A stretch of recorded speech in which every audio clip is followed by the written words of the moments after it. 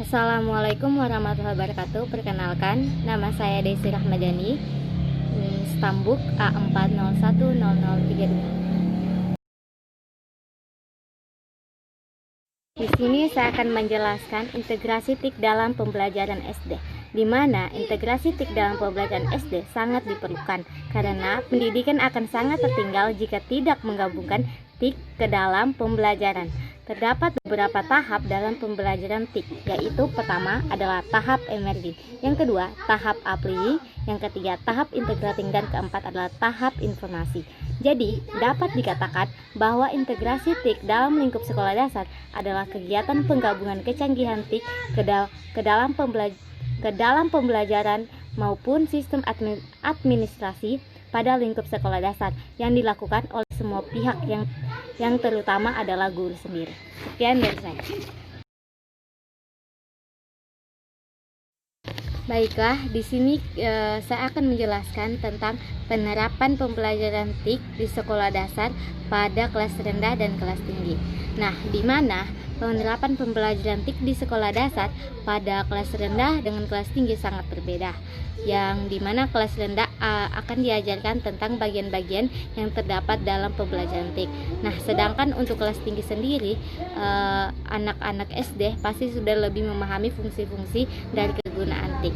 Nah, dikarenakan pandemi seperti ini, mungkin banyak siswa-siswi SD dari kelas rendah ataupun kelas tinggi yang diajarkan oleh orang tuanya ataupun belajar sendiri. Di sini saya akan menjelaskan beberapa fungsi dari bagian-bagian Microsoft Excel. Di sini terdapat menu file, yang dimana menu file ini berfungsi untuk membuat, menyimpan, membuka, serta manajemen file dan aplikasi pada Microsoft Excel. Kemudian yaitu menu home. Menu home pada Microsoft Excel memberikan perintah-perintah pada Microsoft Excel sendiri.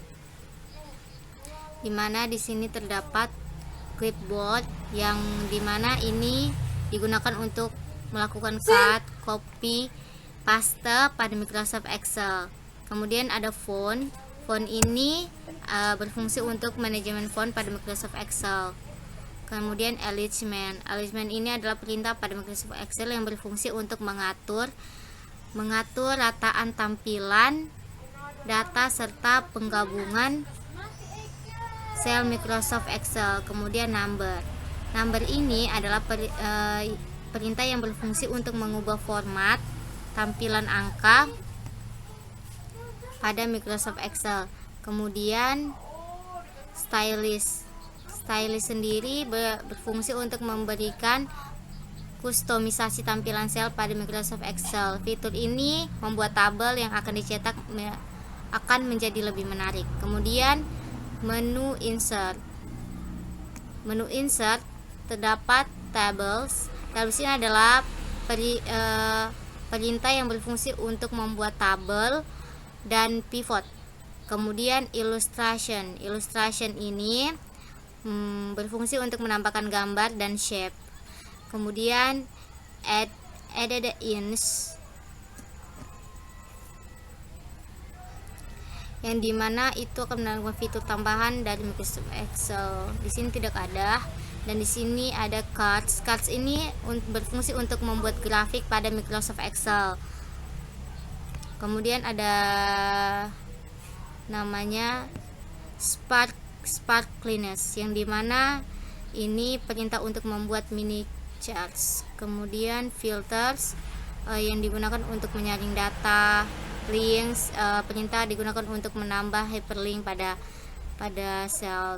Kemudian text box, header and footer, words art, signature line, object, dan lain-lain. Kemudian backlight. Menu backlight sendiri dimana ini untuk mengatur ukuran lembar kerja kertas dengan proses mencetak file Excel.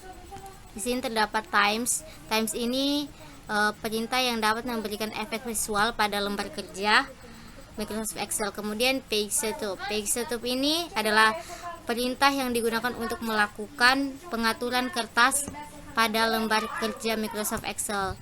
Kemudian scale to fit, yang dimana ini perintah untuk mengatur skala baris dan kolom terhadap ukuran kertas pada lembar kerja Microsoft Excel. Kemudian sheet option.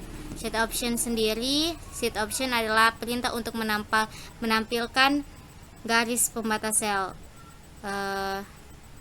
Kemudian arrange.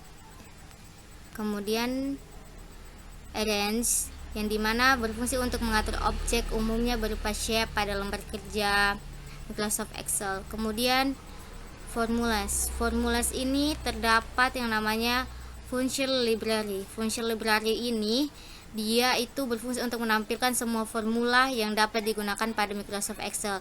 Kemudian definite names, dia berfungsi untuk memberikan nama sel pada Microsoft Excel sendiri. Kemudian calculation, di sini berfungsi sebagai calculation di sini akan berfungsi jika hal tersebut jika calculation ini diaktifkan, maka dia akan berfungsi.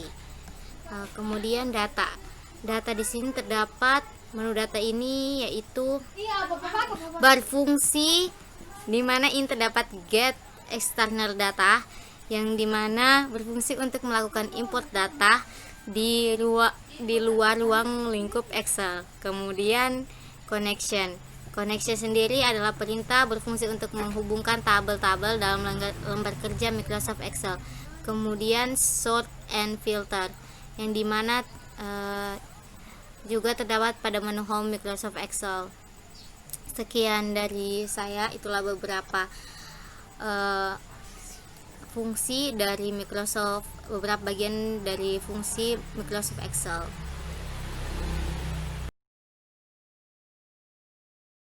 Beberapa fungsi dari bagian-bagian dari Microsoft PowerPoint. Di sini terdapat home. Home ini mempunyai clipboard yang berfungsi untuk mengcopy paste data. Nah, di sini dia akan berfungsi ketika kita mengetik, membuat materi, dia akan berfungsi. Kemudian di dalam menu clipboard sendiri terdapat yang namanya new slide. Di sini kita bisa menambahkan slide baru seperti itu. Kemudian di sini terdapat font untuk menambah variasi pada huruf.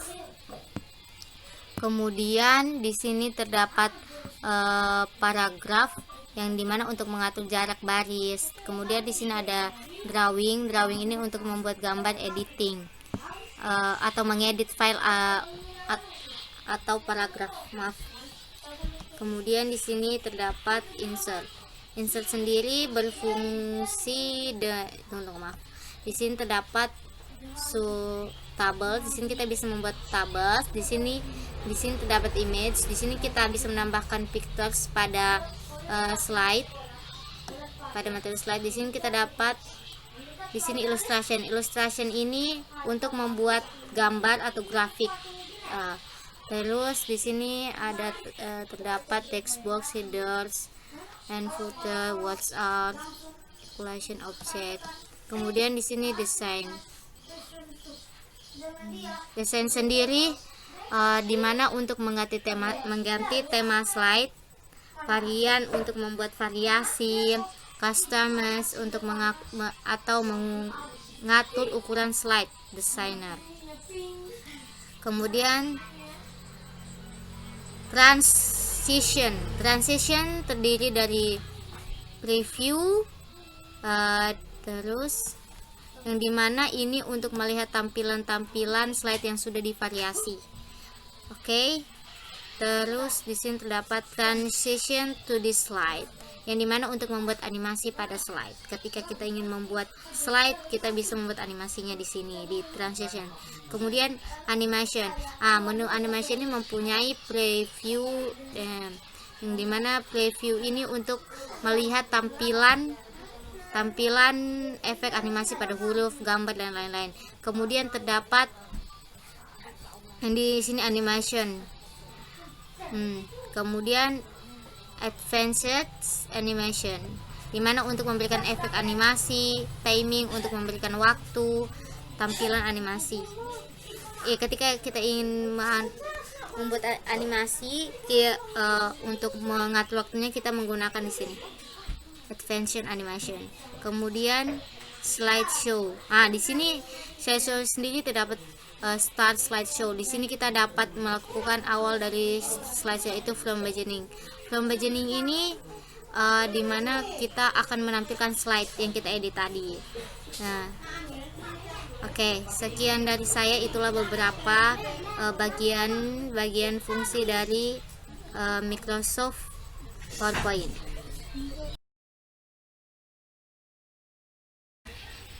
Baiklah, di sini saya akan mencari Di sini saya akan mempraktekkan pemanfaatan internet dalam mencari jurnal nasional maupun internasional. Di sini saya akan mencari contoh jurnal nasional.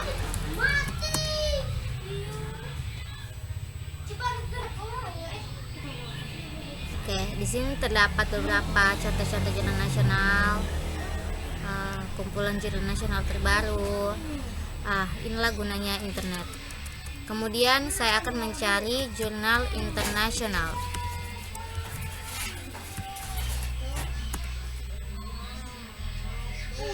Di sini terdapat jurnal international research paper, contoh jurnal internasional. Sekian dari saya. Begitulah kegunaan internet untuk mencari jurnal nasional maupun internasional.